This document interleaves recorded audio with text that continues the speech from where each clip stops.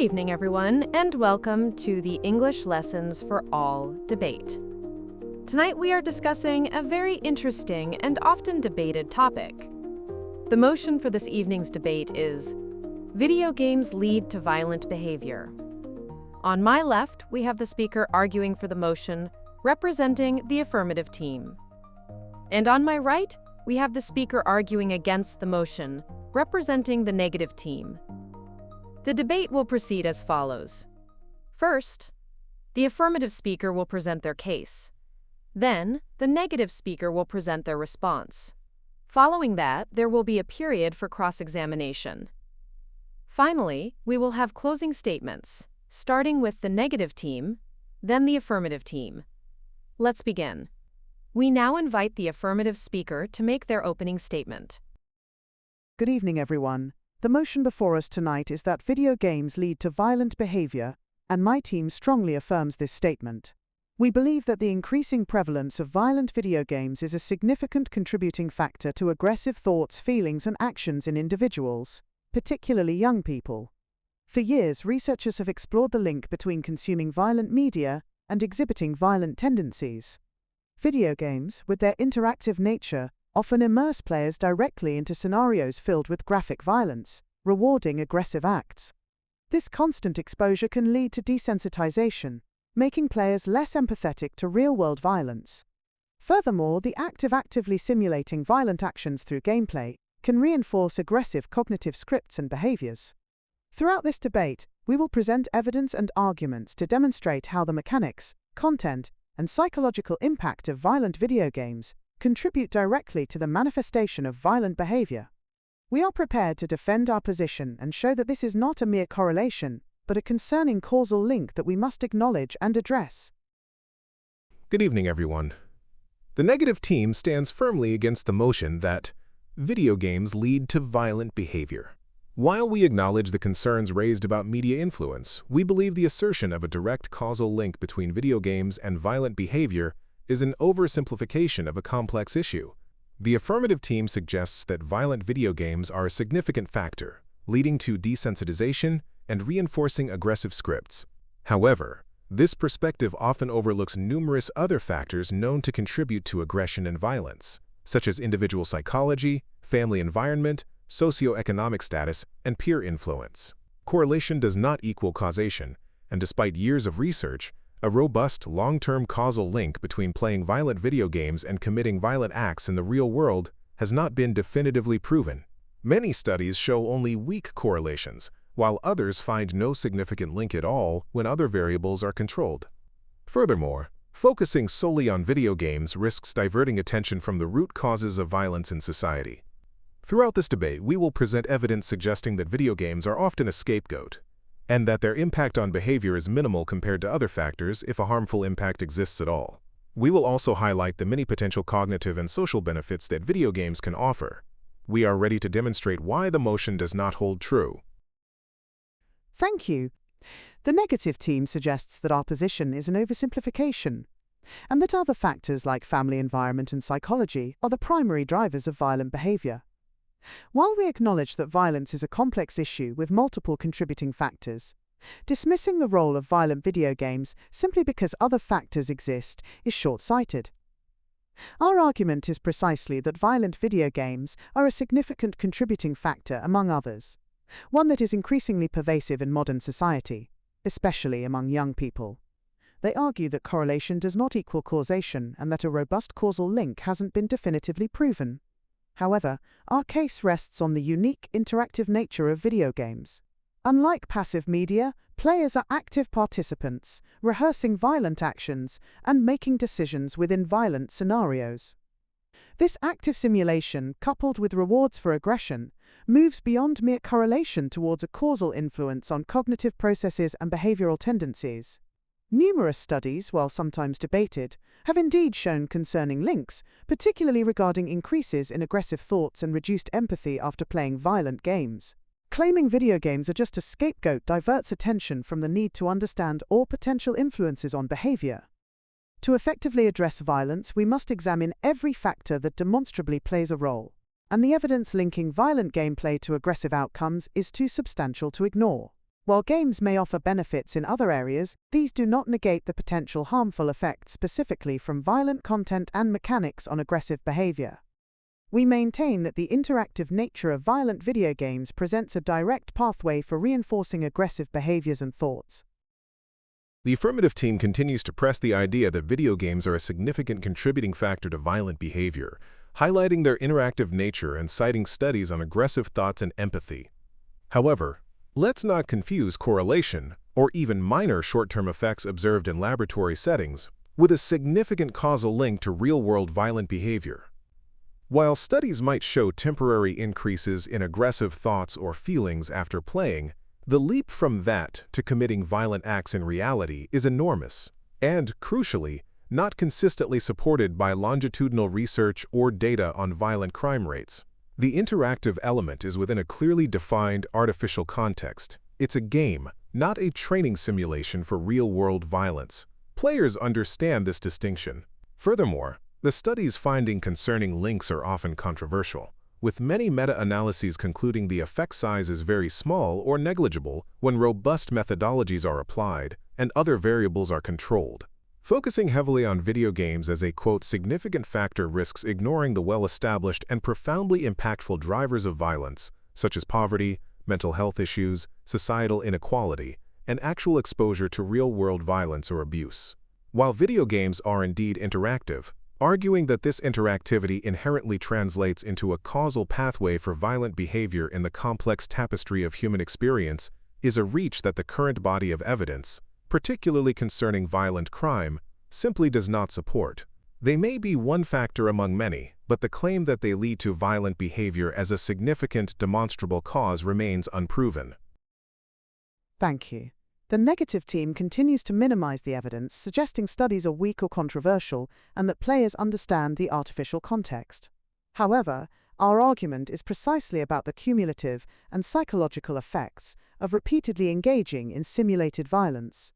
While players may know it's not real, the constant rehearsal of aggressive actions, rewarded within the game, can shape neural pathways and cognitive scripts. This isn't just about conscious understanding, it's about automatic responses and emotional desensitization.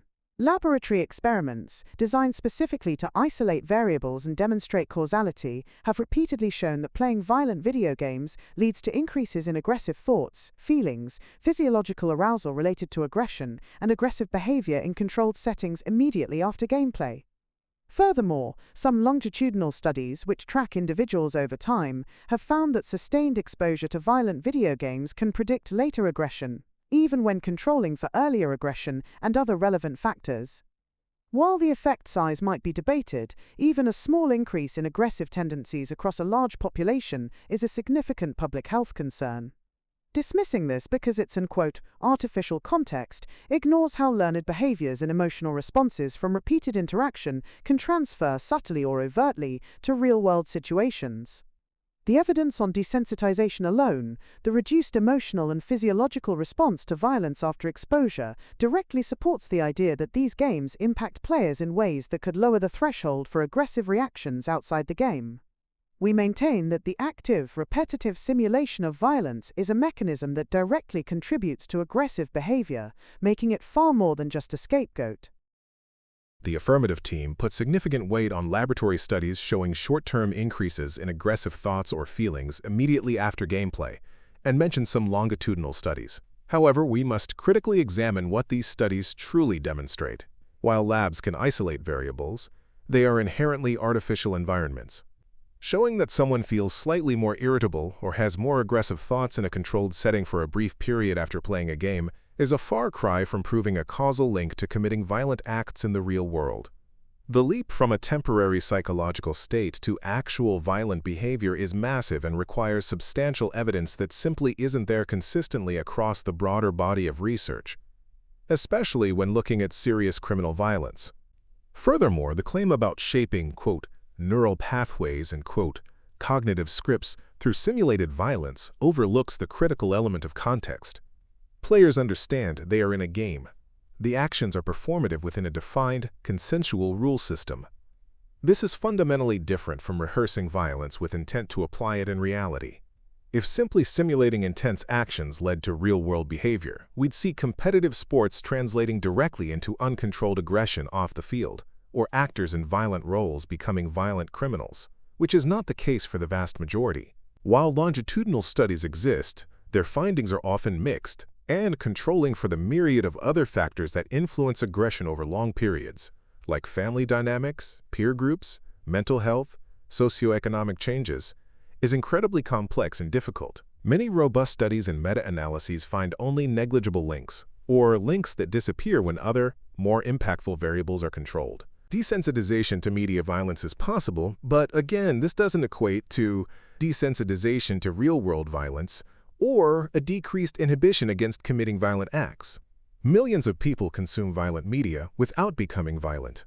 The evidence still points overwhelmingly to factors far more potent than video games as the primary drivers of violent behavior in society. Focusing on games risks being a distraction from addressing these root causes. Thank you to both speakers for your detailed arguments. We have now heard the primary cases and initial responses from the affirmative and negative teams. We will now move forward. Thank you, Moderator. We have debated the motion, video games lead to violent behavior, and the affirmative team stands firm in our position that they do, while acknowledging that violence is a complex issue with multiple contributing factors. We have presented the case that violent video games represent a significant and increasingly impactful piece of this puzzle. We highlighted the critical distinction of video games' interactive nature. Players aren't just watching violence, they are actively rehearsing it, making decisions within violent scenarios, and often being rewarded for aggressive actions. This active simulation, we argued, is a powerful mechanism for shaping cognitive scripts and behavioral tendencies, moving beyond mere correlation towards a causal influence. We also addressed the psychological effects, particularly desensitization, showing how repeated exposure to graphic interactive violence can reduce emotional and physiological responses to aggression, potentially lowering the threshold for aggressive reactions in the real world. We presented evidence from numerous studies, including controlled experiments, demonstrating immediate increases in aggressive thoughts and behaviors, and longitudinal studies finding predictive links to later aggression, evidence that cannot be simply dismissed as weak or irrelevant. While the negative team attempted to minimize this evidence and emphasize other factors, the data linking violent gameplay to aggressive outcomes is substantial and concerning.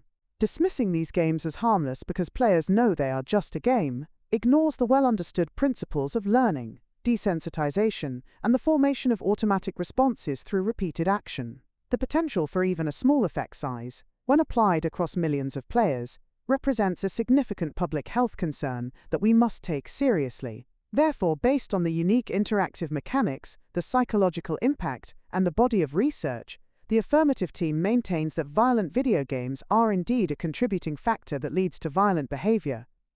Thank you. Thank you, Moderator. Good evening, everyone. The negative team maintains our strong opposition to the motion that, quote, video games lead to violent behavior. Throughout this debate, we have argued that asserting a direct causal link between playing video games and committing violent acts in the real world is a significant oversimplification of a deeply complex issue. We presented the case that despite years of research, there remains no conclusive, consistent evidence of a robust causal link, particularly concerning serious real-world violence.